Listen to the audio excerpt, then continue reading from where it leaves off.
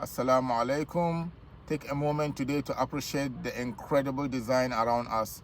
Quran chapter 13 verse 3 reminds us that Allah has not only created a spacious earth with stable mountains and life-giving rivers, but even in the simple food we eat, there is a pairing, a purpose, and a comfortable cycle of night and day, all signs for those who reflect.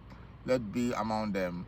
وهو الذي مد الأرض وجعل فيها رواسي وأنهارا ومن كل الثمرات جعل فيها زوجين اثنين يغشي الليل النهار إن في ذلك لآيات لقوم يتفكرون.